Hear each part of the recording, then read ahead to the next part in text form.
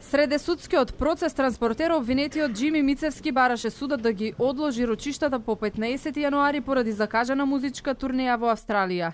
Мицевски, кој е обвинет како управител на Џими Турс, една од фирмите за транспорт на ученици во Битола, бараше судот да не ги закажува рочиштата наредниот месец. Неговото присуство како менаџер и свираче во групата Молика за турнејата било неопходно и доколку ја одложат би се соочиле со казна од $50,000.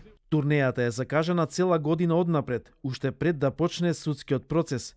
Ќе ја запустам групата, сите ќе плаќаме голема казна ако ја одложиме. Од април минатата година обвинетиот знае дека се води истрага и секој договор по тоа го презел на свој ризик, реагира од специјалното обвинителство. Да, па како што знаете, еден од обвинетите побара после утврдувањето на терминот за следно рочиште помеѓу обвинителството и обвинетите и одбраната, одлагање на тоа рочиште од лични причини.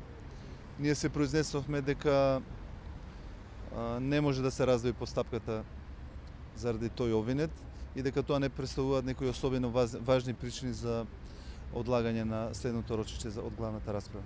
До сега не бил побаран притвор или друга мерка за да се обезбеди неговото присуство. Опасност да ја напушти државата и да не се врати постои, велат од СЈО. Постои. Доколку постои, тогаш ќе постапиме согласно одредбите од ЗКП. Мицевски најави дека ќе се врати од Австралија на 13 декември, за кога е закажано следното рочиште, но пак ќе замине назад. Денеска по втор пат имаше неуспешен обид да почне главната расправа за транспортер, случај кој СЈО го води како криминал со транспортот на ученици во Битола. Една обвинета беше отсутна поради боледување, а рочиштето помина во преговори за идните датуми за судење. Присутен беше и екс-градоначалникот на Битола Владимир Талевски, кој е прво обвинет за злоупотреба на службената положба, бидејќи од позиција на прв човек од општината дозволил да се наплати далеку повисока сума за транспорт на ученици од она што веќе било договорено.